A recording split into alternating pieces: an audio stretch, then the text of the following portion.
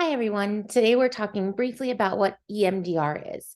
EMDR is actually a type of therapy that can be used to help alleviate and reduce symptoms like anxiety, guilt, anger, depression, difficulty sleeping, flashbacks, panic, and other symptoms that are often a result of a traumatic experience.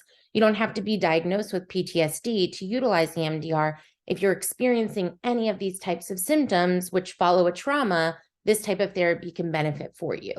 So what does EMDR stand for? The EM stands for eye movement. Now, initially when this therapy was developed, we knew a little bit about the benefits of it. And as time has gone on and more clinicians have utilized it, we actually know a lot more. And so what we know is eye movements facilitate an alternating stimulation of the left and right side hemispheres of the brain. So eye movements create what's called bilateral stimulation. We can also do this with tapping each side bilaterally or tones as well. And depending on your clinician, you might find that they use a combination of these types of bilateral stimulation. The D in EMDR stands for desensitization. What does that mean? Well, we're removing the emotional disturbance associated with the trauma, that anxiety, that guilt, that panic that comes up from that past trauma. And the R is reprocessing. So initially when a trauma happens, we process it, we understand it in a certain way. When we're utilizing EMDR, we're reprocessing it and we're replacing often what are unhealthy or negative beliefs about ourselves associated with the trauma with a more positive belief. So when is EMDR appropriate? Well, there are two types of traumas, big T traumas and little t traumas.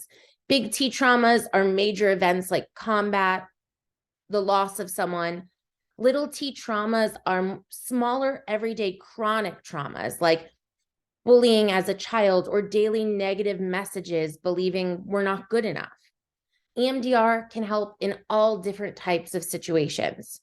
EMDR can be an intentional emotional experience temporarily.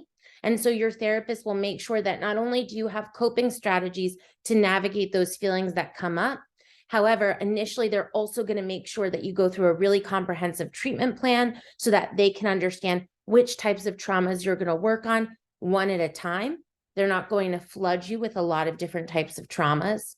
Additionally, on top of making a treatment plan, spending time giving you coping strategies, you are never going to leave a session without your clinician making sure you're safe and helping you to close up that event as much as possible until you can finish completing the work the next session. So a little bit more about EMDR. Typically in a session, the healing process is guided from within. You are the boss here. So sometimes different issues or memories come up related to a current concern.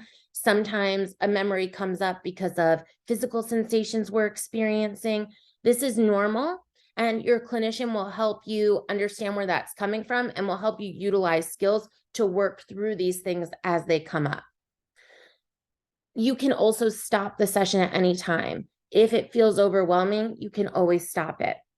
Now, we'll hopefully create some more videos that discuss EMDR. This is just a brief introduction of what it is. And it's really important to make sure that your clinician is trained in EMDR so that they're using the types of protocols and treatment options that we know through the research and through the International EMDR Organization, EMDRIA, to be true and to know that they're really effective.